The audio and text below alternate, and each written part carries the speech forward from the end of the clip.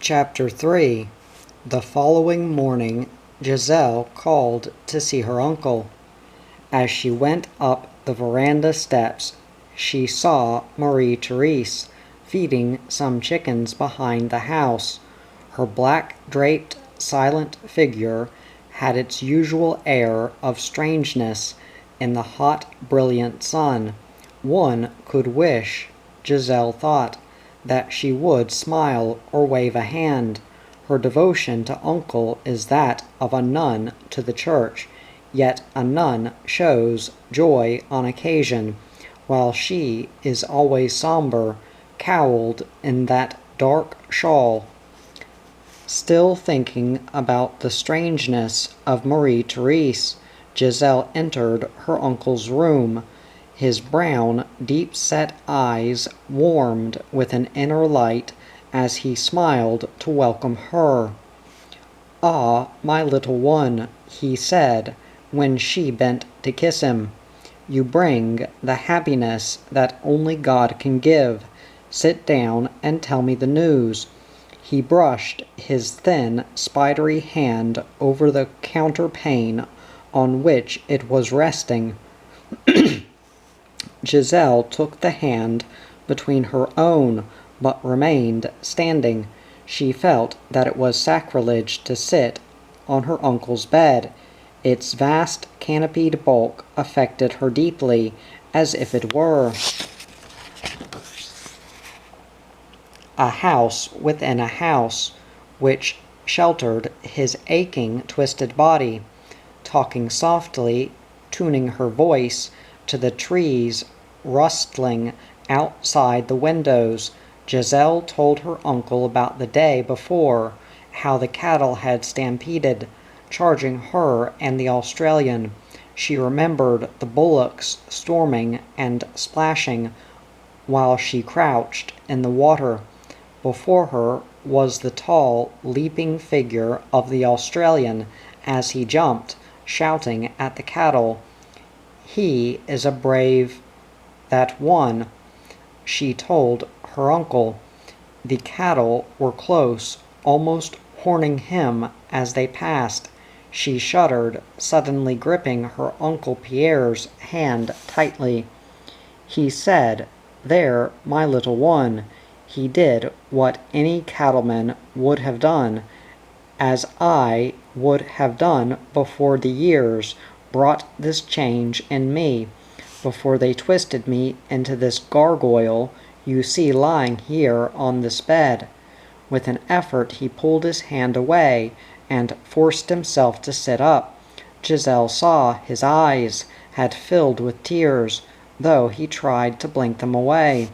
"Yes," he went on, raising his husky voice until he was almost shouting, "I was like that, Giselle, with the strength of 10 in me. 200 kilos I could carry, lifted from the ground by these hands." He held them out, quivering in front of him. Giselle whispered, "Oui, mon oncle. Do I not remember when you tossed me onto your shoulder? Many, many times I remember. It was like riding high on a tall, strong cloud that bore me everywhere. Tall above all the others, you carried me when we went through the village." Pierre gasped, and suddenly fell back onto the rumpled, untidy pillows. There was a great, tired blur of pain in his eyes as he added, "Now all is finished. The strength is gone, leaving only the agony and the stiffness."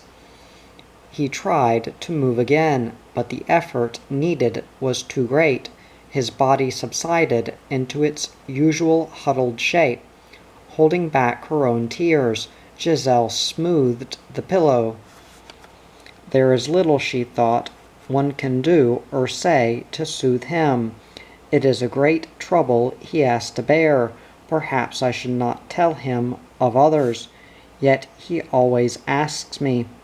And she wondered, while her hands seemed to move of their own accord, what else she could do or say to her uncle to help him. Then the bright gleam of the crucifix hanging polished on the wall caught her attention. Within its shining force she knew was the answer to all her uncle's dreams. "How goes it, my uncle?" she said softly, "with the francs? Has Marie Therese tucked any more into the box for you?" Her uncle's face brightened and instinctively turned so that he, too, could look at the cross. "Non," he said, "no more, my little one, since you were here the other day, but no matter. The good Australian, our friend, will be in again to order more maize."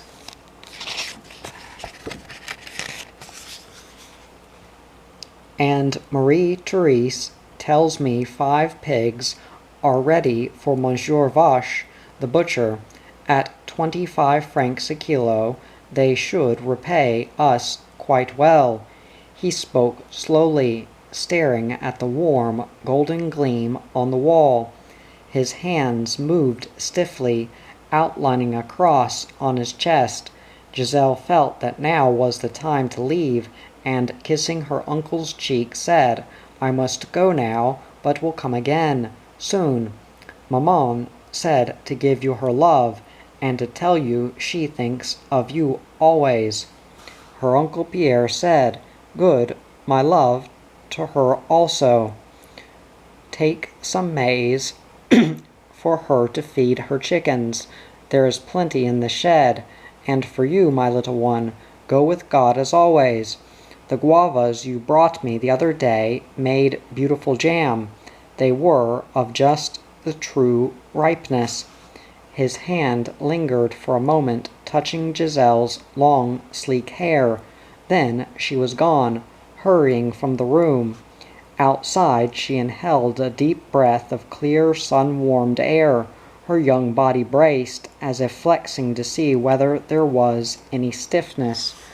Somehow she felt that the man lying on the bed in the house behind her was not her uncle. If he was, then where had his warmth and strength gone? The hands that had touched her were cold and spidery, not filled with eagerness as her own were. Forgetting the maize, Giselle walked slowly toward the village. There was an ache inside her, which often came after she had visited her uncle.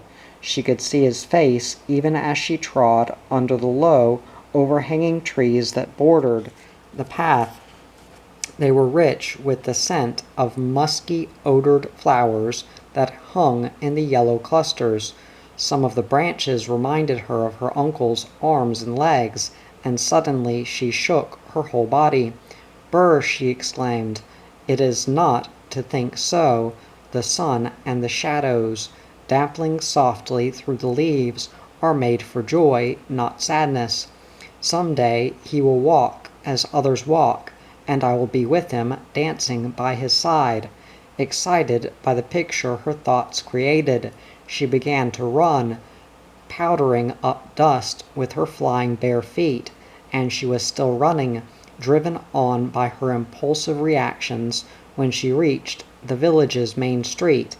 Its extra wideness was, in reality, a continuance of the path she was following, except that a few buildings were scattered on either side, the first of which was Monsieur Darnell's, the baker. He was standing outside, wiping the sweat from his face.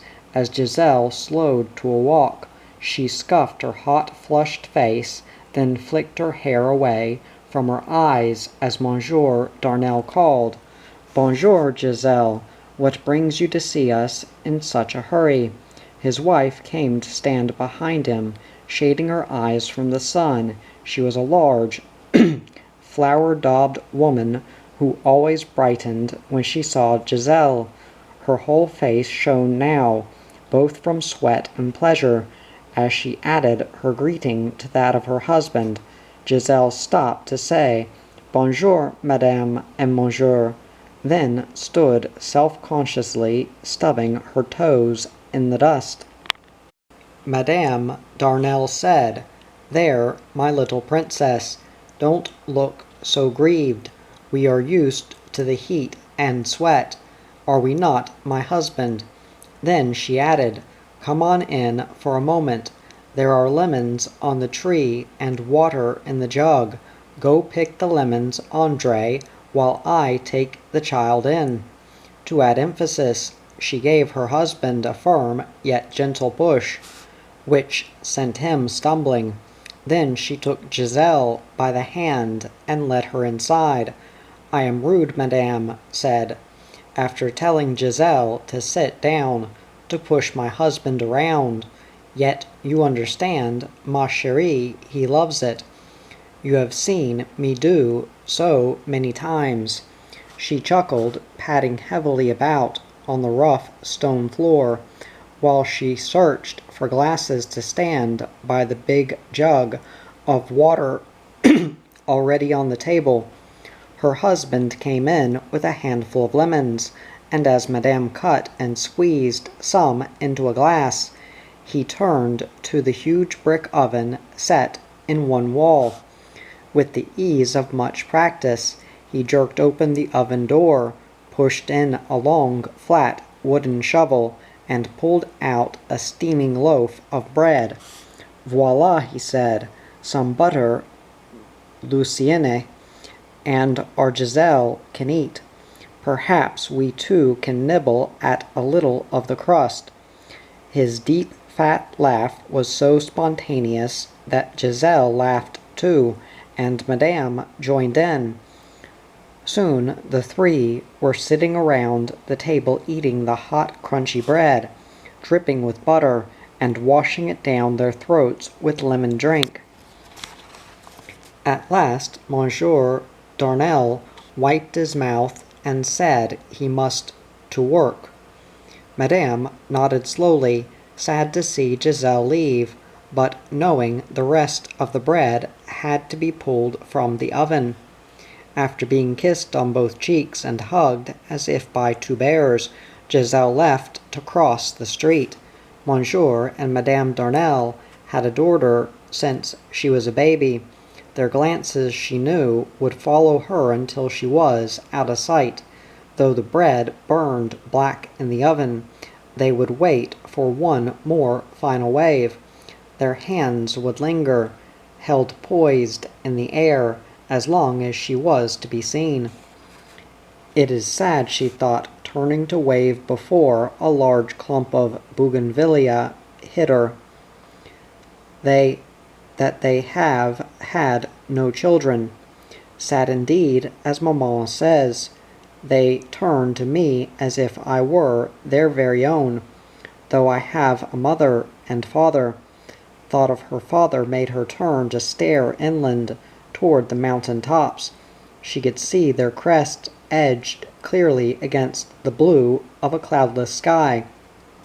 The mine where her father worked was a large one, and when she located the peak, she saw the streaming tails of dust drifting from several trucks as they made their way downward on a dizzying, precipitous road.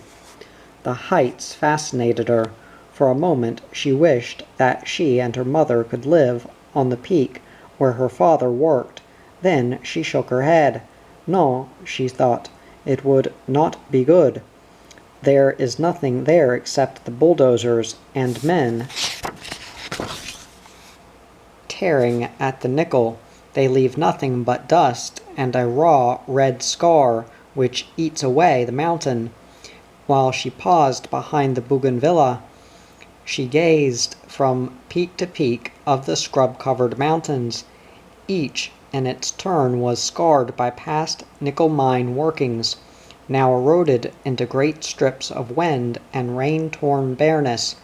She felt sad at the sight, and turning quickly ran along the path until tall trees began to intertwine, their boughs overhead. Enclosed in a tunnel of dappled half-light, Giselle slowed to a walk, while she wondered where to go, what to do. Now that she had eaten bread and drunk lemon water with Monsieur and Madame Darnel, the day seemed to stretch ahead with an added fullness. There was no need to return home for a midday meal. The The village was far behind, and Giselle was nearing the coast, where she heard a rifle shot. The sudden staccato echoes rippled through the tree trunks, and she cowered instinctively, thinking the bullet might ricochet. But no, other sound came after the one echoing shot. Scrambling upright again, Giselle left the path to creep between the trees. Used to the sound of firearms since she was a child, she judged that the rifle had been fired 200 meters away. The shot had come from beyond the stream that ran through Monsieur Brent's land, the land he had won from the cattle company in a lawsuit years before, but land he had also never fenced. Neither had he used the land for grazing or farming. Monsieur Brent was a foreigner, an Englishman, who had lived long in New Caledonia and spoke French more fluently than his native tongue. Gossips in the village said he was mad, and tapped their heads. The sun, they said, had skewered a worm into his brain, so that it went around and around, though they touched their hats or bowed to the stiff old man when he passed. As owner of a large cattle grazing property to the south of the village, as well as of several smaller farms, Monsieur Brent was known to have money. How much the villagers could only guess at. Giselle remembered her father once saying, "He is rich, that one. The francs cling to his fingers as the nickel dust clings to mine." Her father had shrugged before turning away, and Giselle remembered his shirt, the armpits gaped where the seams were split open. Reaching the stream, Giselle stared across. The water bubbled and gurgled over white bleached stones, and the sun flared down, but no further sounds came from the tangled green thickets opposite. "It is strange," Giselle whispered. "I could think I had dreamed or imagined the shot, so quiet is the bush. Yet the shot, I am sure, came from within a space of 20 meters on that other bank." Stepping into the stream, she felt the warm, flowing water swirl around her feet and ankles. Little scuds of foam clung to her skin before they were swept away. In midstream, she stopped to listen again. But the bubbling flow of water drowned all other sounds, and she waded on.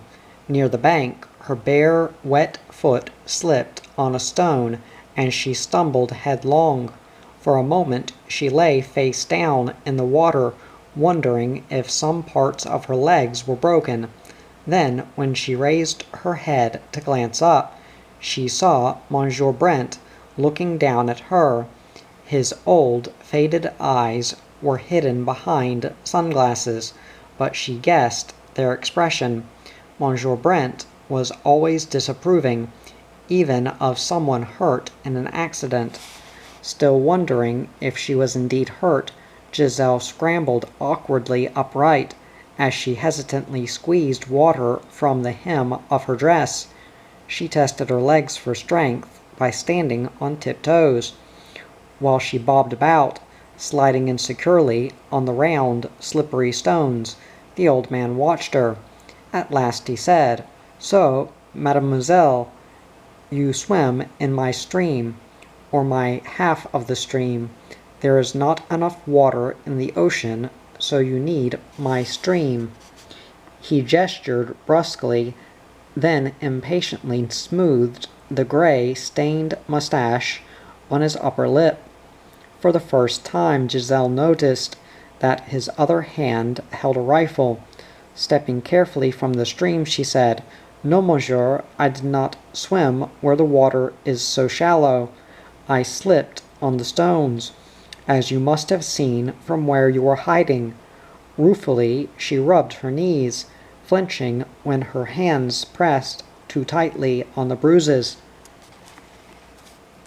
There was a long silence, broken only by the water's rippling sound, until Monsieur Brent chuckled. "They are hard," he said, "those stones. White, too, from the sun, and the minerals flowing down from the mountains. Did you know, my little one, almost all of these mountains have many minerals: zinc, cobalt, chrome, and of course nickel." He waved with his hand toward the tall mountain peaks, blotted from sight by the dense surrounding treetops. Giselle told him she did not know. Her father, she explained to the old man, had once been a prospector, as well as stockman, roadmaker, and truck driver for the Americans during the war. The list seemed to her impressive, though when she glanced up, Monsieur Brent looked unimpressed. Waving his hand again, he said, "Yes, yes, of course, I know him well. He was fined 300 francs for shooting deer on my cattle property. And talking of shooting, did you hear a shot? And did you see anyone hurrying past you along the path as you came?" He asked the questions abruptly, suddenly hardening his voice. The rifle in his hand glinted brightly where it caught a gleam of sunlight. The change in his voice worried Giselle. Much of his face was still kind, yet she wished she could see his eyes behind the dark glasses. They would tell me much, she thought, of what he is thinking, why he pretends with all his talk of swimming when he knows I slipped and fell. It is true the English are strange in the way they twist things. To gain more time before answering, she bent over to shake droplets of water from her hair. When she straightened, she said, "Oh, but monsieur, I thought it was you who fired the shot." "You have a rifle," she ended lamely, pointing at the rifle in the old man's hand. Monsieur Brent said, "Because I hold a rifle, it does not necessarily mean I fired it.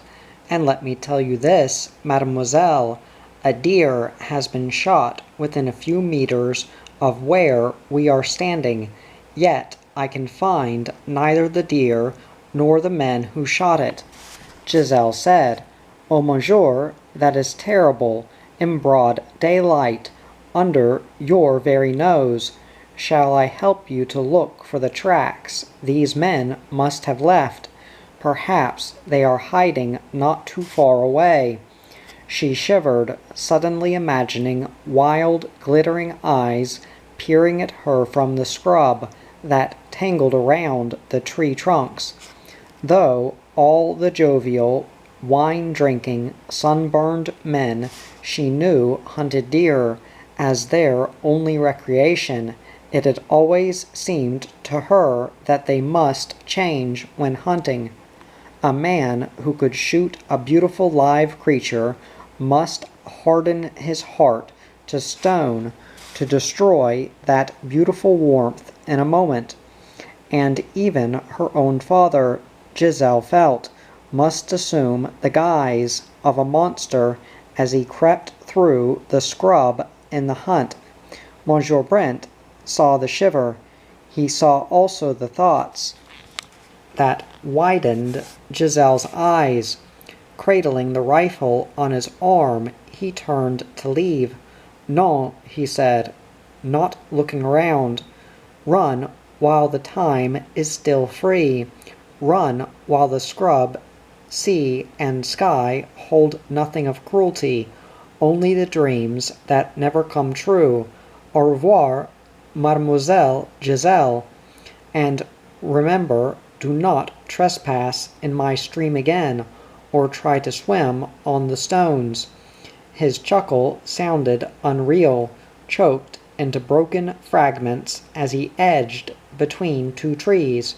Giselle called, "Au revoir, monsieur," then waded carefully back across the stream. Following the path to the sea again, she wondered about Monsieur Brent, though she knew him well by sight, and hear say it was the first time she had ever spoken to him. She remembered the lean old face, tanned to the sheen of mahogany, and the dry, brittle crackle of his voice. "He has lived long," she murmured, "and seen much. They say he pioneered with the first cattle to be brought to the island. He is a brave man too, as my father has said. He has been twice wounded in both the great wars." The softly whispered thought made her sad for old age, for the enfeebling years that scarred the lines on the faces of people and sapped the joy of strength. She was glad when the crisp white sand of a beach crunched under her feet, and she ran toward the sea. Without stripping off her still wet cotton frock, she plunged straight in and swam until tired. There seemed to her to be a kindness in the quiet, warm sea, though she searched the surface carefully for sharks. Afterward, she wrung her dress tightly, then spread it out neatly to dry. In cotton shorts and singlet, which clung to her wetly, she sat on the one black rock centered in the beach and stared out to sea. She could see the reef laid bare by low tide and the great Pacific rollers feathering up into spray on its distant side. There was so much beauty in the sheen of sea and sky that she ached for its poignancy. An unutterable sense of endlessness lay in the gleaming blue transparency. "I am lucky," she whispered, drawing up her knees. "The good God was kind when he gave me to my mother. To be born here on this island is indeed to be blessed." Gazing along the coast toward the cattle company's foreshores, she saw a group of tiny dots, which she knew to be horsemen, crossing a salty mud flat.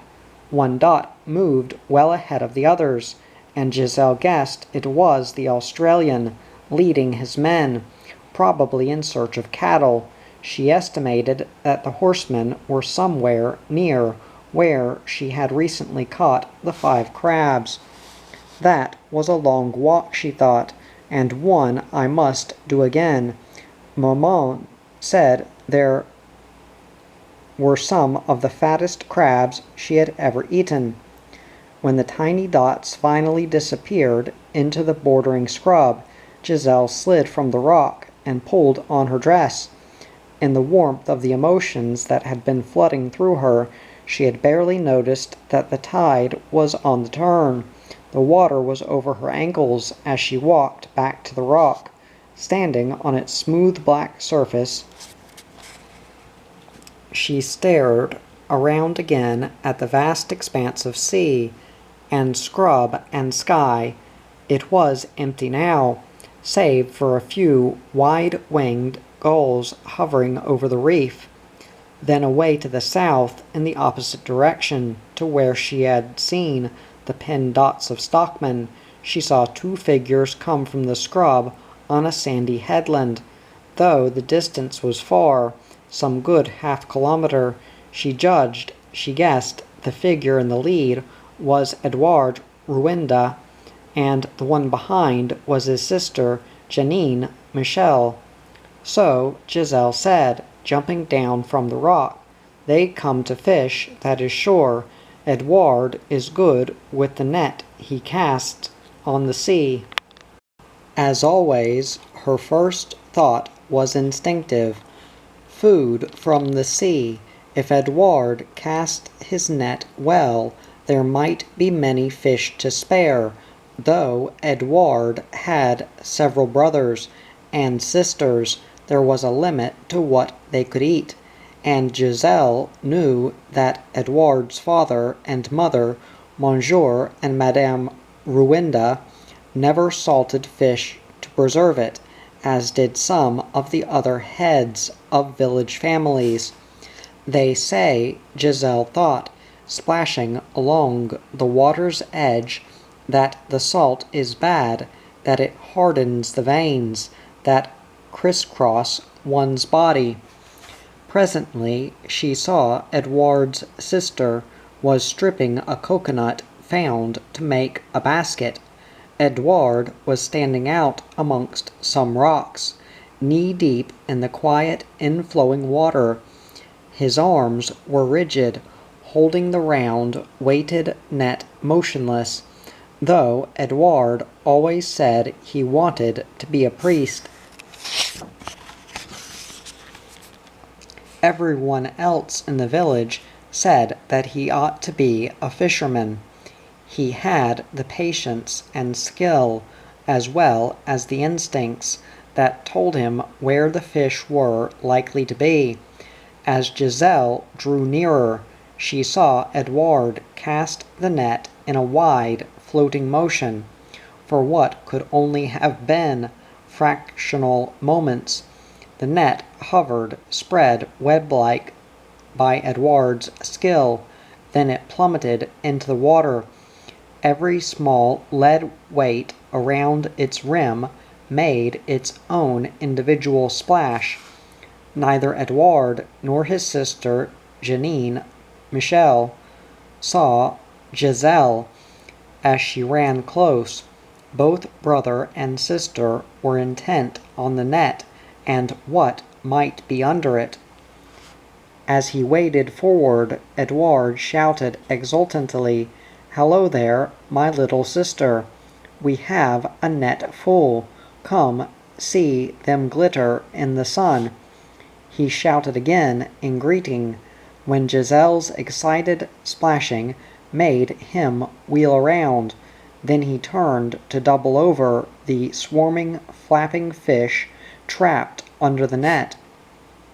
With great care he worked the weights inward along the sandy bottom, until the net bulged upward with the fish inside. In one quick movement, Edward swirled all the weights together, twisted them swiftly, and snatched the net full of fish from the water. Dripping and happy, he ran up the beach with Giselle and Jeanine Michel close beside him. Dumping the fish on the sand, he said, "So there is fish for dinner, and some left over if I make another cast. Could you and your mother eat some if I give them to you, Giselle?" His voice was husky, and sometimes broke into a harsh croak, which made him self-conscious. Only when shouting would his voice maintain its correct tone. Giselle said, "Ah, oui, merci, Edward, and you too, Jeanine Michel, though we would not need many. But if there is enough, I would like some for my Uncle Pierre Marcel." Edward scratched with his toe in the sand. There was a sadness about Pierre Marcel that Edward felt deeply, as if the good God had made a fine man only to destroy him. Often, when Edward passed the house of Pierre Marcel, he crept to one side into the bush, where none might see, so that he could say a prayer. In his heart the boy felt that somewhere, sometime, Giselle's uncle would come striding through the trees, as big and strong as he used to be. The thought came now, as Edward nodded, that even a few fish might help toward that end. Aloud he said, "We will take him many, Giselle, the biggest and fattest. Help Jeanine to make another basket, and I will fill it for you." His shock-haired head bobbed as he shook fish clear of his net. There was an added eagerness now in the way he refolded the net before draping it over his arm. Giselle said, "Oui, and thank you again, Edward. My uncle will indeed cherish us for the fish we bring." While she and Janine covered the fish with leaves to shade them from the sun, Edouard ran back down to the sea. His bony legs looked more spindly when the water began to slap around them. Watching while they wove an extra basket, Giselle and Janine Michel saw Edouard shade his eyes, as if searching the tide. He stood for long moments staring around at the incoming wavelets. Then he waded waist deep through a channel beyond the rocks until he came to a sand bank. Here the water was barely above his knees, and he prepared to cast again, standing poised in waiting, leaning slightly forward to peer intently. "He has seen something," Janine Michel said. "Something comes swimming lazily to search for food. We could climb the rocks to watch if you wish." She rose from the sand, pointing to the rocks just above where Edouard had previously stood. Giselle ran with her, and they climbed the black, scaly rocks quickly. On the rounded top the two girls braced their feet into the good heel or toe holds while they stared down. From the added height, the sea seemed more translucent. The girls could see for almost 100 meters, every rock, sea plant, or fish within that radius. Near where Edouard stood motionless, 3 beautifully tinted rouge swam unhurriedly.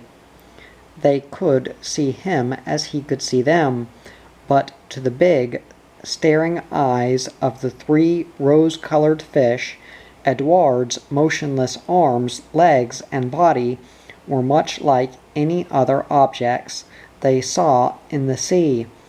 Only movement could send the fish flickering, silvery-tailed, searching for safety. Edouard knew this. He had to judge just where the fish would dart once he made a movement. Perched on their rock, Giselle and Janine watched breathlessly. Their fingers ached from the tenseness twining in them. Giselle wished for a moment that she was poised, standing with another net held ready near Edouard. "Oh," she thought, "such beautiful fish. One would be more than enough for Uncle and Marie-Therese." She stared, bending slowly forward with Janine, as the 3 big, gleaming fish drew nearer and nearer. Suddenly, Giselle gasped, gripping the other girl's wrist. From a rocky pool to the left of Edouard came a huge, undulating shape. Behind it swirled a long, rat-like tail. For a moment, Giselle and Janine stared, unable to believe.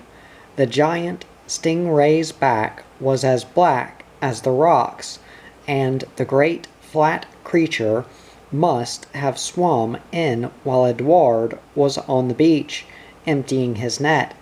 Merged afterward with the rock, it had lain on the bottom, totally invisible.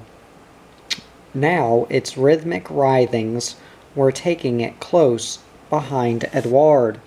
Not pausing to think clearly, and leaving Janine to stand petrified, Giselle slid backward down from the rocks, running to where she and Janine had woven the fish baskets. She snatched up Edouard's fishing spear, with the long bamboo haft already balanced in one hand above her head.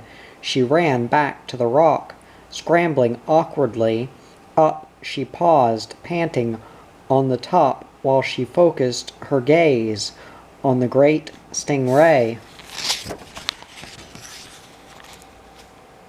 Janine whispered, "Non, Giselle, non." Suppose you miss, you will only make it angrier, she sobbed, suddenly wanting to shout to her brother, who still stood waiting, unaware of his danger. Giselle braced, taught by a Tahitian woman when she was very young. Giselle knew how to throw, though her practice had always been on inanimate objects. Taking a deep, sighing breath, she flung the spear. True in its flight, it hissed as it knifed the water and buried prong deep in the great stingray's back, and Edward swirled his net out over the water at exactly the same time. His shout of triumph echoed with Giselle's as Janine hugged her tightly, choking off her breath. Then it was one wild, happy splashing, scrambling confusion. Edward whirled, staring wide-eyed at the jumping, flapping monster, even while he twisted the net safely under the three rouge. Giselle and Janine jumped from their rock, straight into the water, and caught hold of the spear's haft, held firm in the dangerous fish by its three prongs. The long bamboo spear lunged and pulled while the two girls clung to it. Edward came to help after he had landed his three heavy fish. "Oh, bravo, Giselle," he shouted. "You have caught the biggest yet. Never have I seen such a big stingray." Giselle could not speak, neither could Janine Michel. Their lungs were laboring, as both were jerked around in the seething, swirling water. But Giselle nodded briefly, while the scuds splashed over her already streaming wet face. Janine just beckoned, freeing one hand to do so, and her brother brushed in beside her to grab at the spear. After what seemed to all three an endless, desperate struggle, the great flat fish was at last dragged up onto the beach. "Now," gasped Edward, "I will run for Monsieur Vache to come and dispatch it. We will bring a wheelbarrow too. Oh, the good God was kind when he guided your hand, Giselle. There will be much meat and many francs for you once Monsieur Vache has salted the meat." Squeezing his hands down his sodden trousers, he almost danced with excitement. Janine fell flat on the sand to recover her breath, and Giselle knelt near the black muscular back of the fish, staring at it disbelievingly. She shifted a little when Edward warned her not to get too close to the big fish's tail. "Even in death," he added tersely, "the tail can sting, and such a big one as this would bring death." Giselle shuddered, and when she could finally speak, told Edward to hurry. "It is not good," she said, "to leave even such a wicked fish lying in the sun too long." Edward ran, kicking up sand with his calloused bare feet. From the headland to the village was not far, and he shouted he would be 10 minutes, or perhaps a little longer, as Monsieur Vache was getting old. Lying side by side in the sand, Giselle and Janine.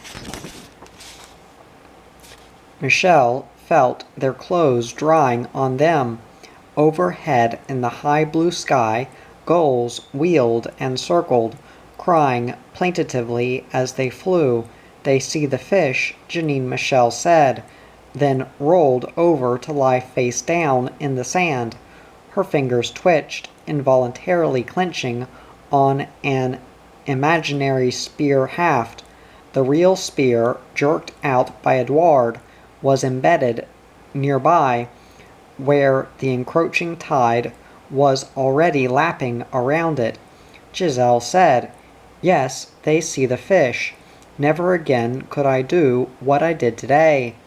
To throw a spear at a mark, as Talawa, the Tahitian, taught me, is different from throwing one at a fish that is swimming live in the water." She rolled over to be like Janine, face down in the sand. There was a quietness then between the two girls, which lasted until Edouard arrived wheeling a wheelbarrow, followed shortly by Monsieur Vache, who carried knives and a butcher's cleaver.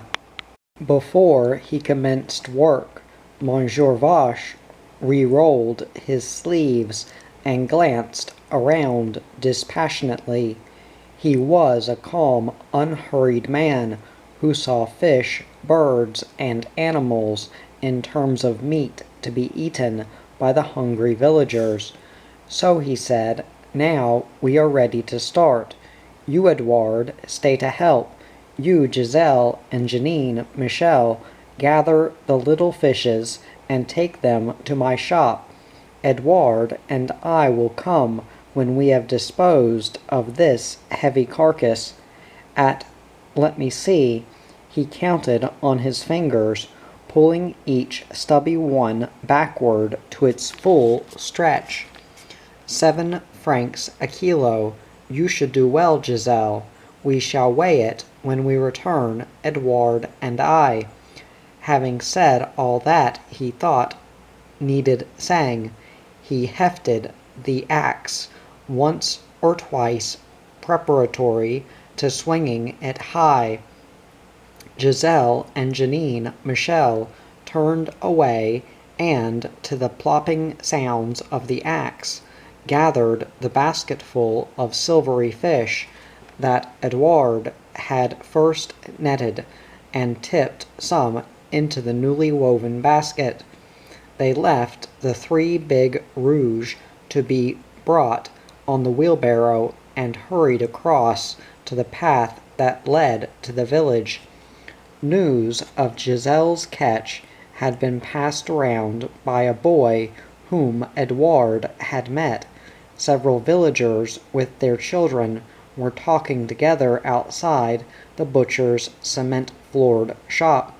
Monsieur and Madame Darnel came from their bakery to hug and kiss Giselle, then with huge, flowery arms reached to enclose Janine as well. "Oh," Madame said, looking around happily, "to think our little one should have such skill. A stingray, they tell me, as big as a good strong table." Her enveloping arms slid away from Giselle and Janine while she demonstrated the size of the table. Monsieur Darnel nodded in agreement, but said he thought it best to wait and see. Such a slim, pretty girl as Giselle could not possibly spear anything nearly so big. Then Edouard appeared, struggling hard to push the wheelbarrow. Behind him, Monsieur Vache strode, carrying the 3 big, rosy-hued fish, as well as his tools of workmanship.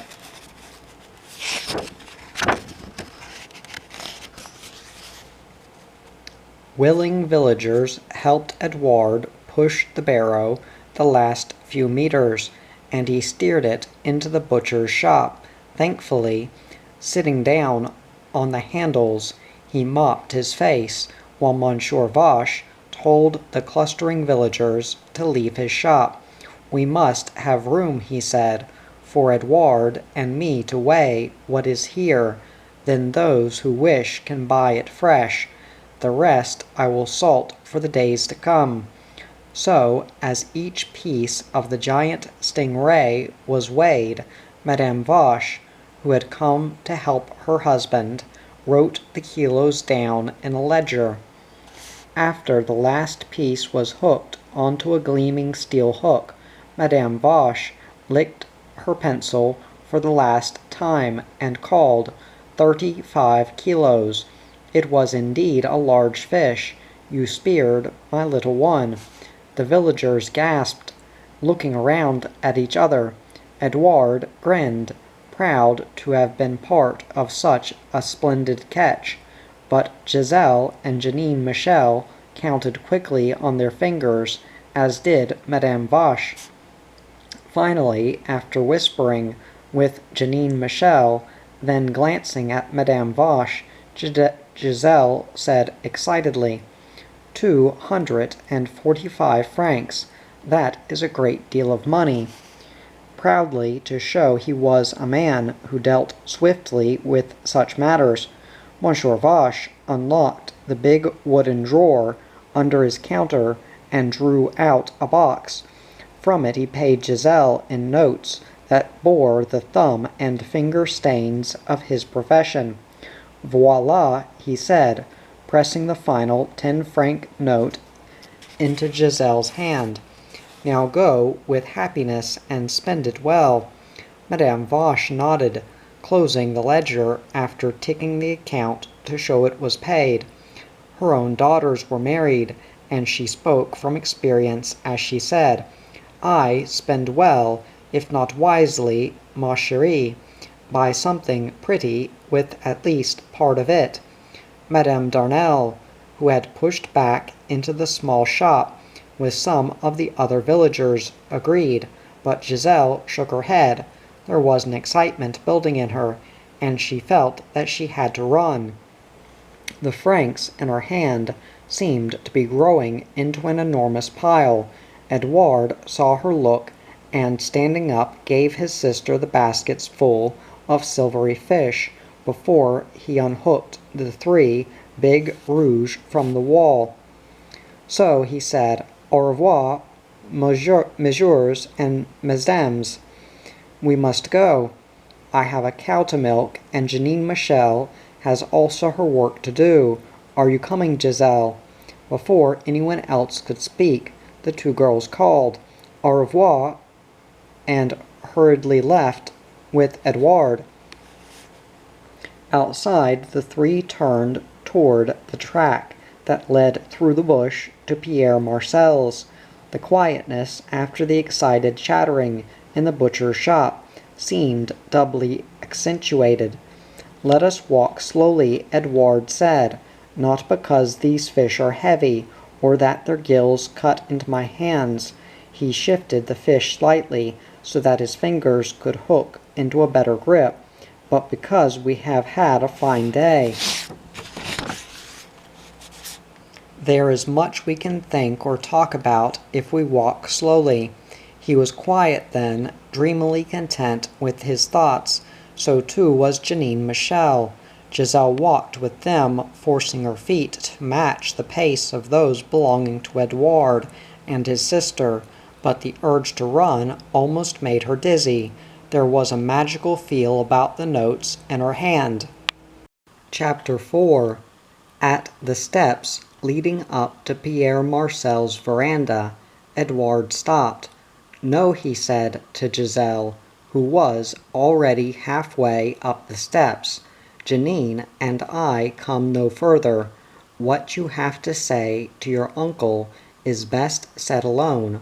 What you have to give him is also best given when no one is there to see." Carefully he hooked a big rouge onto a step rail. "That one is for you," he said, "when you come out. Now tuck those francs away, and I will give you one for your uncle, as well as this smaller basket of fish," as if he were Monsieur Vache in the butcher's shop. Edouard took the smaller basket from his sister, and with sure, quick hands settled a rouge in on top of the slithering silvery fish. Tucking the franc notes into her dress pocket, Giselle took the basket. For a moment the thought of such plenty, as well as the francs in her pocket, almost overcame her. Choked, she whispered, "Oui, merci, Edouard, and you too, Jeanine Michel. There has been much kindness in this day of all days. Au revoir, my friends, until I see you again. Edouard and his sister said au revoir and were quickly gone. Retreading the path all three had come by, from behind the house came the squawking cluck of chickens. From beyond again came the mournful crow of a rooster, locked in solitary confinement. Clutching the basket to her with both hands, Giselle entered the house. The big, musty rooms brooded with their usual quiet as she passed through them. In the veranda room where her uncle lay, on his huge four-poster bed, she tiptoed softly, yet her uncle heard the faint touch of her feet on the boards. "Holloa there, my little one," he said, rolling over. "My eyes and ears are still good, even if my body is not. Come closer and show me what you have. Tell me, too, where you have been." Giselle put the basket on the bed, then kissed her uncle. She wanted to pull out the franc notes and spread them beside the basket, yet she made her hands smooth the pillows. They were always ruffled when she came in, and her movements stemmed from habit. Meanwhile her uncle picked up the great rosy fish to hold in his claw-like fingers. Tears came in their usual quick way, as he whispered, "Oh, mon Dieu, it is indeed a beauty. Tell me where and how you caught him." In a fast, warm flow of words, Giselle told her uncle how the fish had been caught, and in a final, excited outburst told him about the stingray. His disbelieving eyes were still staring at her while she counted the franc notes onto the bed. When at last Giselle was silent, her uncle slid the big rosy fish back into the basket. Reaching for Giselle's hand, he patted it gently. "So," he said, in complete and utter satisfaction, "your mother was a Marcel, and you have much of me in you. Yet for one who is so young and slight, and a girl, you have surpassed me. At 14 I dreamed of spearing a stingray, but never did I spear one, not until I was 20, and in the full strength of my arms." He held up his thin, spidery arms for a moment, as if they were still powerful with muscle, as if he could feel the vibrant lunge of a fishing spear in his twisted hands. Giselle said, "Non, my uncle, I but threw the spear. The others helped me. To compare me with you as you were is wrong. You are a man, big and strong. I am as the good God made me, and as I wish to be. Now we will talk of this money." Aware of her uncle's emotional weakness, she spoke matter-of-factly. The franc notes rustled as she gathered them into a bundle. Her uncle Pierre tried to nod, but his head only slid on the pillows. Lowering his arms, he said, "Yes, you are right, my little one. I am more than glad you are not like me. Except," he added, suddenly lightening his face with a smile, "in the spirit. Always I want you to be as I was." In the heart, he touched the shirt wrinkled across his sunken chest. Giselle smiled too and said, You win a little. I win a little. Now we are even. Now we talk about this money." With hesitant, slow words, while she rifled the notes in her hand, Giselle told her uncle she wanted him to have them. They were God-given to be put into the box under the bed.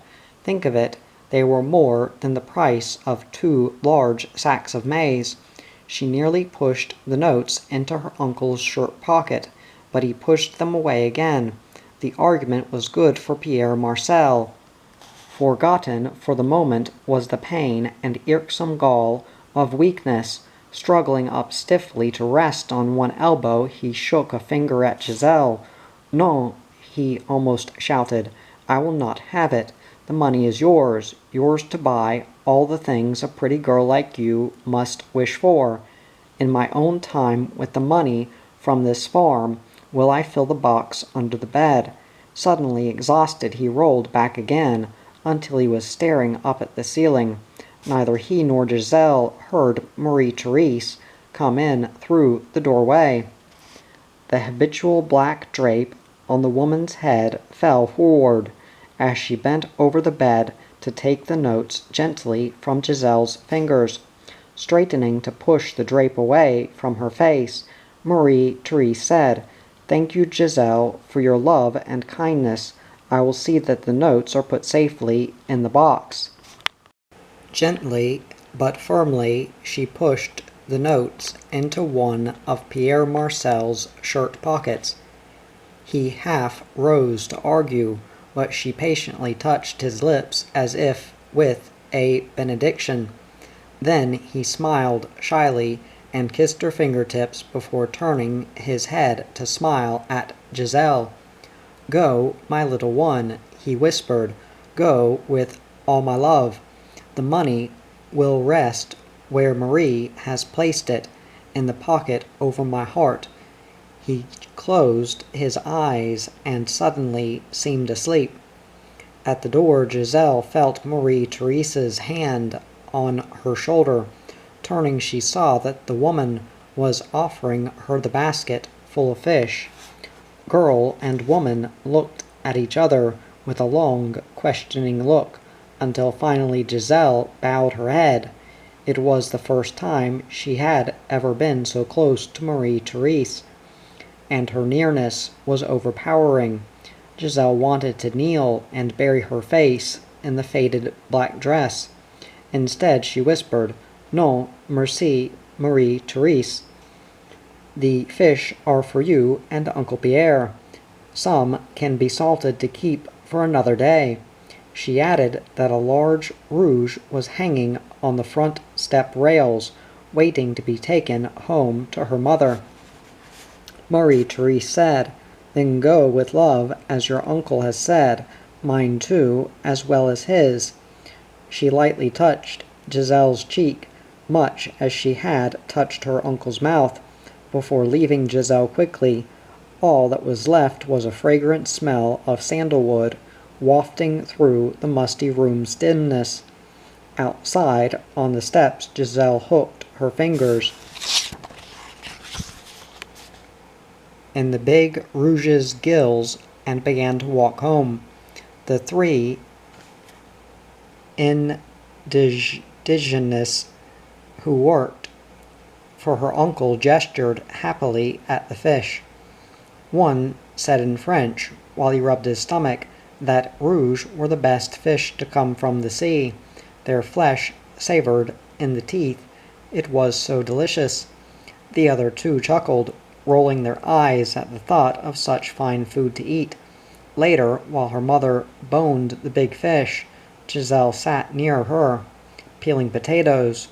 Through the wide, square window came the evening sun's lessening blaze. As her mother rubbed salt on one half of the rouge and hooked it on the wall to cure, Giselle said, "Is it not time for father to come home? Payday at the mines was yesterday, the 1st of the month." She glanced up briefly, waiting for an answer. A potato, half peeled in her hand, dripped water into the basin. Giselle's mother turned to the other half of the fish and rubbed it with oil, ready for frying. Her tired, sallow face reflected a golden sheen when she stooped in a ray of sunlight. Brushing a wisp of hair from her cheek, she said, "Yes, but one can never tell. It is the custom for the mines to close the day after payday, yet they may be very busy. Did you hear in the village?" she asked, just as the sound of a truck was heard grinding around the last bend in the track that led to the cottage. Dropping the potato, Giselle ran outside to be almost flattened against her father's chest. Behind him, Jacques Leroux grinned as he slid from the big truck. The two men looked hot and sweaty as Giselle stared at them intently. Somewhere, she thought, their rifles are hidden from sight. They have been hunting deer, that is certain. Jacques has blood on his trousers, which he has tried to wash off. Papa is guilty, I can tell by his eyes. Aloud she said, "You are late, mon Pierre. Maman and I were just this moment wondering." Her father chuckled. His big rough hands seemed unwilling to let her go, as they lightly gripped her shoulders. Behind him, Jacques Leroux chuckled too. Neither man had yet said a word, and Jacques spoke first when he said, "So there she is, the champion spear-thrower, the daughter of my greatest friend." As Giselle's father at last freed her, Jacques Leroux, smiling, shook her hand. Then Giselle's father said, "Did I not tell you, Jacques Leroux, she has the eye of a hawk? We saw the fish Giselle, or what was left of it, hanging in the butchery. It was big, very big," Monsieur Vache said, as if Giselle had accomplished the utmost he could wish for. He stared around happily, at a loss for further words to say. From the kitchen, Giselle's mother called that fish was in the pan, and the potatoes needed finishing. The hullabaloo was making her head ache. So would they all please come in quietly? Her suddenly querulous tones quieted even Jacques Leroux, and after pulling some wine and a large round loaf of bread from the truck, he followed Giselle and her father inside the kitchen. There, Giselle sat down to finish peeling the potatoes, while her father and mother kissed each other on both cheeks. They love each other, Giselle thought, watching from her end of the big table, yet he does not hug her as he hugs me. Perhaps he is worried lest he should trouble her head. The thought made her sigh, and she peeled a potato quickly. She wished her mother could be gay and laughing when her father came home from his long absences. Jacques Leroux's voice disrupted her dreaming when he said to her mother, "Bonjour, Madame Guérande. Comment ça va? We are late, but there is much work to do at the mine." Madame Guérande said that was just what she had been telling her daughter, and soon Jacques Leroux and Giselle's father sat down at the table to sip wine. After the last potato was cut into strips and dried on a napkin, Giselle tipped them all into a dish, then began to set the table. Listening to her father and Jacques Leroux talk, Giselle sensed they were being deliberately guarded, careful of what they might say, and several times she saw her father glance at her quizzically over the rim of his glass, puzzling thoughtfully to the splatter and crackle of fish and potatoes frying on the stove and the soft drone of the two men's voices. She came to a conclusion. The shot on Monsieur Brent's property earlier in the day, and her father's visit only recently to La Boucherie had some connection, though other men in the village also hunted. Indeed, was their one preoccupation. She felt sure her father had fired the shot she had heard, and as she mixed a sauce to pour on the fish, she guessed that Monsieur Brent had also thought or known the same. During the meal, the swarthy Jacques Leroux and her father both praised the quality of the fish they were eating and tried to get Giselle to talk. "Tell us," they said, "about the stingray. How did it feel to have such a fine big fellow on the end of a spear?"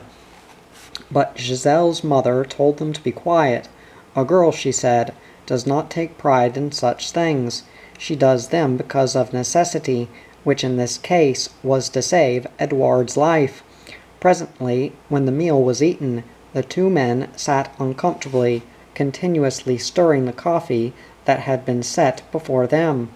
For the first time, Giselle began to understand why her father so seldom came home except to bring all the money he earned at his work. He is like the deer, she thought, that he hunts. They both are. There is the same gentle wildness in their manner. Their eyes rove restlessly, seeking for some way out. Yet later her father yawned, stretching his brown, hairy arms, and said it was good to be home. Jacques Leroux nodded, pleased that his friend had spoken after such a long silence. The two had been sitting, staring thoughtfully at the window, while Giselle and her mother washed the dishes. In the early gray light of the following morning, when Giselle crept from a room to make coffee for her father and Jacques Leroux, she found them both again sitting at the table. Jacques had slept in his truck and was shrugging one shoulder, saying a stiffness was cramped into his arm. A pot of steaming coffee and 2 thick cups already stood on the table between them. Giselle saw, as she kissed her father and shook hands with Jacques Leroux, that a fire glowed in the stove. From its warmth she guessed the 2 men must have risen very early. "It is not right," Giselle said, bringing bread from a shelf and another cup for herself, "that you should make your own coffee. When mother is unwell, I am old enough now to do these things." She broke off pieces of bread so that they would be more convenient for the 2 men to dip in their coffee. Both men smiled, happy to see her sitting down with them. They were rough men, coarsened by work, but both had a great gentleness. Giselle's father said, "Ay, indeed, your mother has been telling me of your help, both to her and her brother, Pierre. We called to see him yesterday before coming here, did we not, Jacques, my friend?" Jacques nodded, and the 2 men sipped quickly, suddenly sad at the thought of Pierre. There was a quietness then in the room until both men prepared to leave. "Say au revoir to your mother for me," Giselle's father said, "and say we did not wish to disturb her. The worry of Pierre is adding to her illness," he added, kissing Giselle good-bye, "though it is nothing, you understand, that is really serious. She is troubled by the sickness that comes to some on the island." He kissed Giselle again, holding her tightly to his chest. Over her head he stared at the small gray cottage while he stroked Giselle's hair. Jacques Leroux saw the look and kicked at one tire on a wheel of his massive truck. Rubbing a hand over his black stubbled chin, Jacques said, "Aye, some live in joy with a place, Giselle, some live in a fear that grips them. They see sickness in the miasma creeping in from the sea. Your mother is one such, my little one, and is to be pitied." After jerking open the truck door with a wrench that nearly tore it from its hinges, he clambered in behind the steering wheel. Giselle's father walked around the opposite side, where the door was already wide open. As the engine roared into a fast, accelerated beat, both men waved once more. They swayed on the big leather seat as the truck swerved around in a wild, skidding start. Suddenly Giselle was alone, listening to the truck roaring around the tree-hidden bend of the track. "So," she whispered, turning back to the cottage, "there is sadness for mon père, so too for ma mère. As one grows, one sees the things one is blind to before." She took coffee to her mother, then tidied the kitchen. In a darkened corner she found where her father had slept on the floor. The crumpled blankets were pushed into a heap. Their air of loneliness hurt Giselle, and she ran from the room. Outside, the grayness had changed to a reddish tinge that tipped the tree-tops. Giselle thought that if she ran, she might reach the sea in time to see the sun rise. In the village, she paused outside La Boucherie to peer between the iron bars of a window. Some pieces of stingray, salted and gray, still hung on steel hooks. Her gaze went beyond, to the far side of the big wooden counter, where 3 deer carcasses hung in silent formation. Their lean, dark meat looked as chill as the early morning's mist. The miasma, as Jacques Leroux had called it. The sound of a shutter being pushed open reminded Giselle of her first intention. "Oh la la," she whispered, hurrying across the road. "Monsieur and Madame Darnel are getting ready for the day." Not wanting to see the baker and his wife so early, Giselle hurried behind the bougainvilleas, then on toward the sea. She was glad she had come when some time later, with cool crisp sand crunching under her bare feet, she saw the sky aflame. A great rounded curve of scarlet was just coming up on the skyline. Far out she could see a molten flaming glow glittering on the wave crest. It is like fire, she thought, that flickers and swirls on a great seething cauldron. The sea must be deep in its deepest valleys. When she glanced to the north, she saw cattle wandering on the foreshores of the cattle company's property. Then her gaze was drawn to a herd of deer, straggling warily across a mud flat, where the tide had only recently been. They were does with fawns at foot, and every shadow held menace, yet they entered the sheltering scrub safely. Pleased, Giselle turned and walked slowly back to the village. Now all were awake. Cocks crowed and windows were opened wide to let in the morning air. From the bakery drifted the pale blue haze of wood smoke. In the butchery, Monsieur Vache chopped steadily, thudding his axe down on a wooden block. Giselle was crossing the road as Monsieur le gendarme drove by in his jeep. His short, square body, immaculate in khaki, sat upright behind the wheel. Golden braid shone above the peak of his cap. When he bowed his head to call, "Bonjour, mademoiselle. Vous allez bien?" Giselle called, "Oui, monsieur," and paused to see where Monsieur le gendarme was going. When he stopped the jeep outside the butcher's shop, she caught her breath swiftly.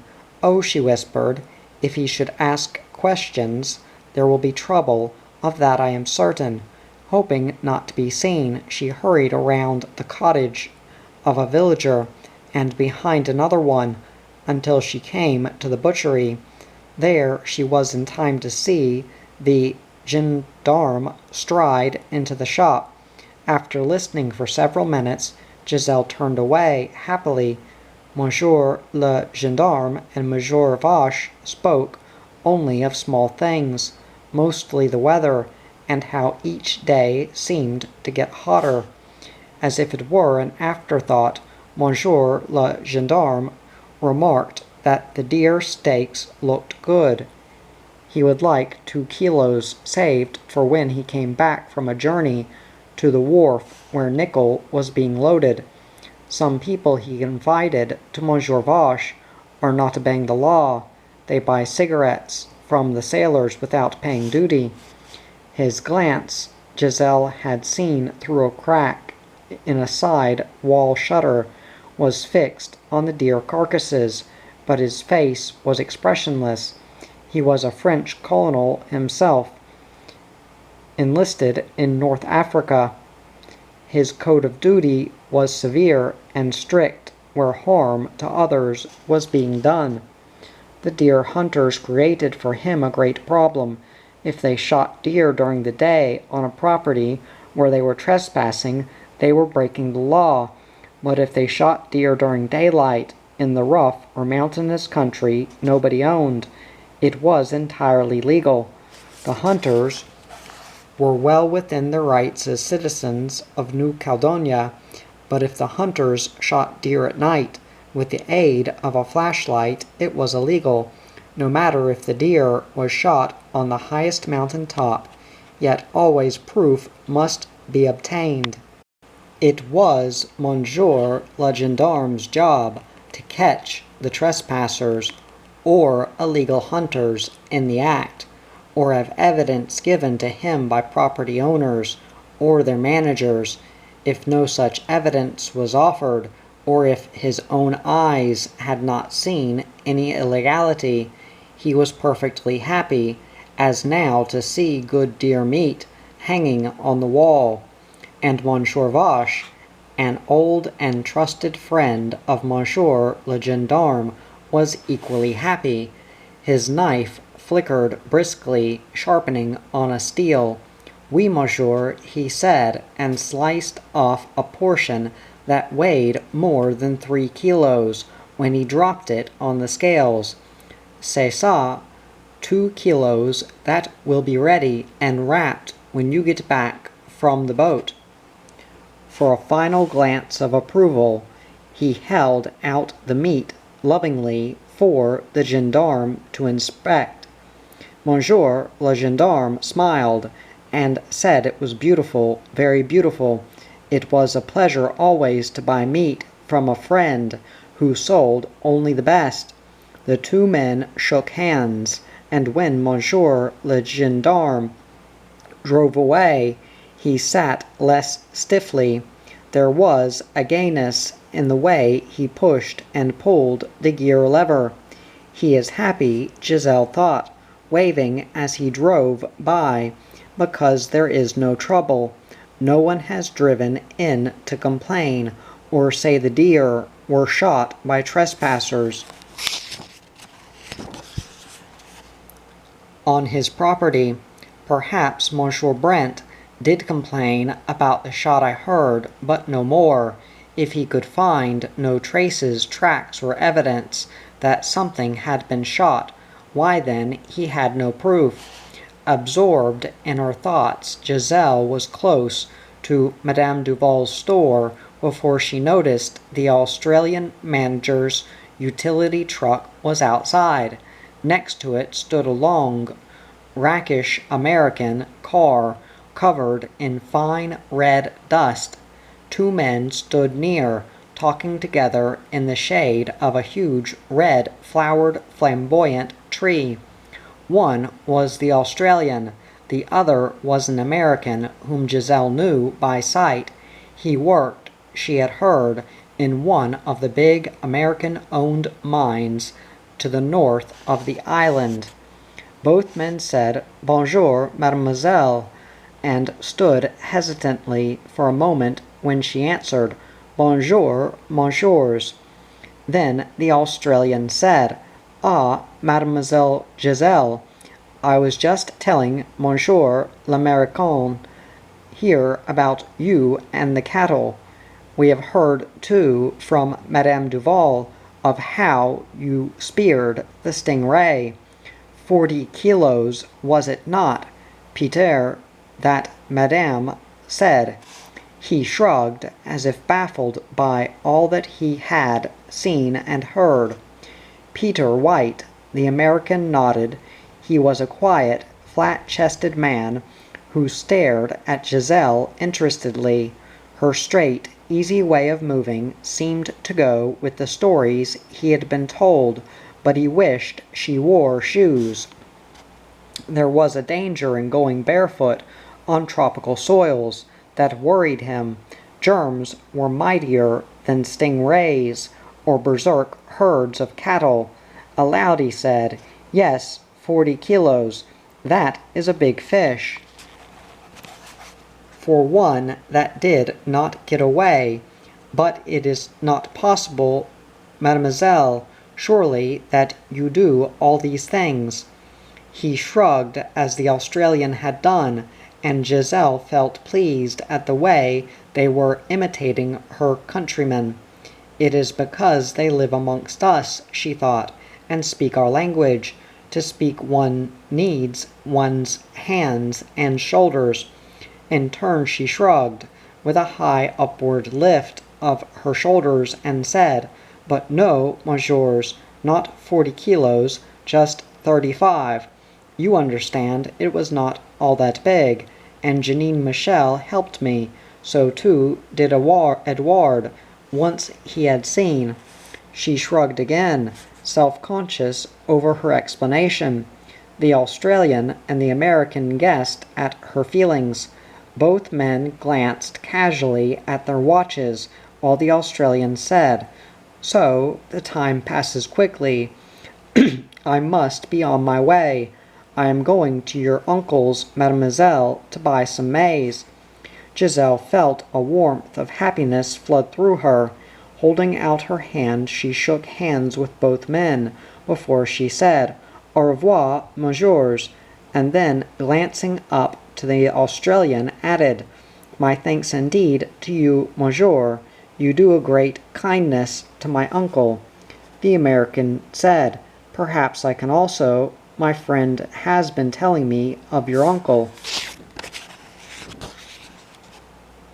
He smiled shyly, rubbing a hand over his stiff, close-cropped hair. Giselle said, "No, monsieur. It is only that monsieur le chef of the cattle company here," she gestured courteously to the Australian, "buys my uncle's maize. He needs it for his horses and imported bulls. You do not have such beasts in the mines, monsieur." The American agreed that he didn't. Talking to Giselle, he realized that she embodied more than a usual French colonel's independence. Nevertheless, he said he thought that his company might be interested in her uncle and might possibly be able to help him. There were specialists who could be consulted about his particular condition. But Giselle shook her head, spreading her hands downward in complete refusal. She said emphatically, "No, monsieur, my uncle would not have it so. Only money that is earned or gathered by his kith and kin will he accept, and even so, he argues, his true money comes from his farm, does it not, monsieur?" She turned to the Australian, as if he was one who thoroughly understood all she was saying. The cattleman nodded. "Yes," he said, "it is as you say, mademoiselle," and in English he added, "Come on, Pete, let's have that coffee. I have work to do if you haven't." Peter White chuckled and said, "Sure." Both men said, "Au revoir, mademoiselle," then went up the steps of Madame Duval's store. Giselle stood for a moment listening to them cross the boarded veranda. So she thought, crossing the road into the bush, "They will talk some more about me. The coffee will grow cold in the cups as they discuss what to do, how to help me, and so help my uncle. They think I am terrible for running wild in the scrub." Then she was contrite for thinking such thoughts. "Oh," she whispered, "it is not true. The Australian is very kind. As Uncle Pierre has said, so too is the American. Except that he is used to money, too much money. He would give as others take, lavishly and well." The thought made her wonder as she followed one of the familiar paths through some flowering bougainvillea. What was the secret of money? Why did some have so much and others so little? Why was it so difficult to accept as a gift from a stranger? Only the church, she said out loud, accepts without heed or thanks from rich and poor alike. The humble have no pride, and the church is always humble. It is wicked to have the pride that I feel rise up in me. At a branch in the path, she decided to follow the left-hand fork until she came to Monsieur Brent's stream. If she followed it up some little way into the mountains, she knew where a bed of watercress grew. If picked and washed while still shaded by trees on the bank, the cress was crisp and fresh. She could take some home for her mother, and perhaps Uncle Pierre as well. Her mother treasured the thought that cress was good for her headaches. She said its crisp tanginess brought the ripple of the stream in which it grew to clear the sickness from her veins. Giselle reached the stream and began to follow it upward. In some places she waded, in others she imprinted her feet on the flat, sandy bank. There was a pleasure in the bright, glittering flow that exhilarated Giselle. She found the cress, but to her dismay saw deer had been trampling through it. Their hoof marks were crisscrossed all over the bank near the bed. In the water much of the cress was bruised and uprooted, but under an outcropping shelf of flat reddish stone the plants grew matted and sheltered. Lying stretched full length on the smooth stone surface, Giselle groped underneath. Her hands were wrist deep in the clear flowing water as she plucked the cress with her fingers. Staring down, she saw her face reflected. I am brown, she thought, and my hair is the color of straw, bleached by sun and wind. To look at me now, I do indeed look wild. Then she pushed up impatiently, with the cress held in one hand. I'm a fool, she said, and silly. She trimmed the brown leaves and roots from the cress before tying it in a neat bundle. Pleased with its firm, tight feel, she started down the stream again. Reaching Monsieur Brent's property, she hesitated before going on toward the crossing. Some inner instinct warned her that he was not too far away, and she was not greatly surprised when he appeared from an opposite direction. His lean, flat-backed figure merged well with the trees through which he was passing. Close to Giselle, he raised the old battered felt hat from his head. Bonjour, mademoiselle, he said. I see you are trespassing again, and this time you have cress taken from the stream. Was it my half of the water that you took it from? He asked the question sternly, staring directly at Giselle, but as before, his expression was hidden by the big sunglasses he wore. Giselle explained that the cress was for her mother, some for her Uncle Pierre also. She had gone far beyond Monsieur's property before stooping to pluck the weed. Now she was on her way home again. She was only using the route on the edge of Monsieur's land, because it was shorter. The cress would wilt if carried for too long in the sun. Monsieur Brent nodded. You are like your father, he said. He talks as you do, with the words flowing freely from his tongue. He trespasses too, as you do, though he does not pick cress. He shoots deer. You see this, mademoiselle? He held up an old stained beret, and Giselle stared dumbly. This is your father's. I have seen him with it many times. More often than not, he wears it tucked behind him in his belt.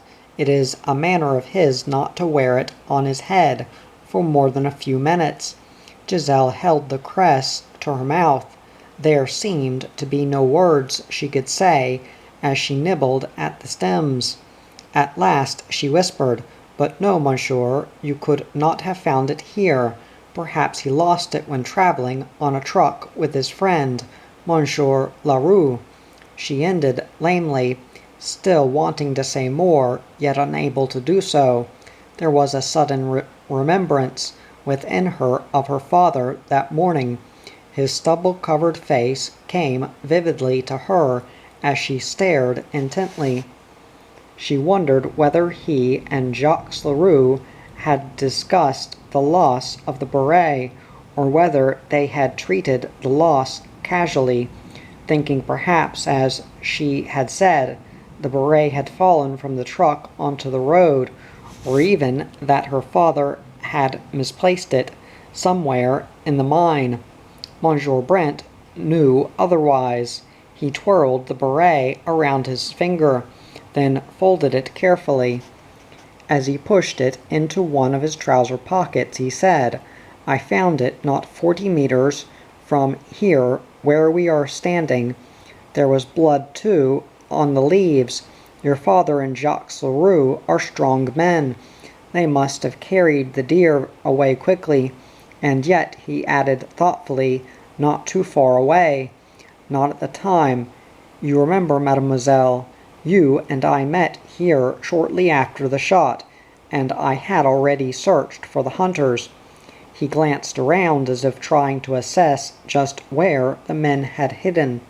Giselle guessed it was hurting the old man's pride to feel he was outwitted. The beret alone was not sufficient evidence either of hunting or trespassing by her father. Monsieur Brent needed witnesses to say they had seen him find the beret on his property, and there were no witnesses.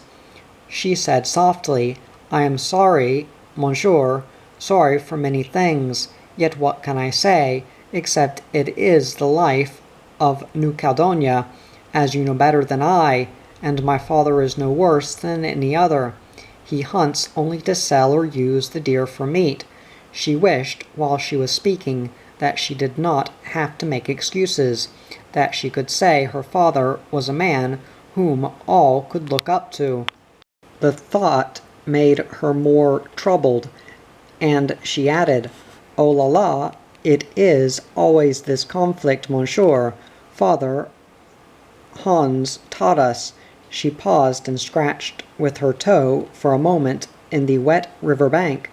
"That all land is God's, that he alone can say, 'Thou shalt not trespass.' Father Hans also said that God, in his wisdom, has given us deer that men might eat." She brushed one hand swiftly across her breast, in case she had said anything wrong. Monsieur Brent said, "I know what he teaches. I have heard from others in the village. You will learn as you grow older that the whole of life is to possess. Some possess more, some less, but we all strive to possess something.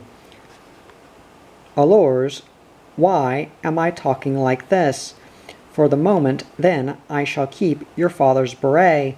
Tell him, when you write, to call and ask me for it. I shall be pleased to give him my opinions, and they are, Mademoiselle Giselle, not those of Father Hans." The old man turned, then walked away, calling over his shoulder as he pushed through some bushes, "Au revoir, Mademoiselle Giselle.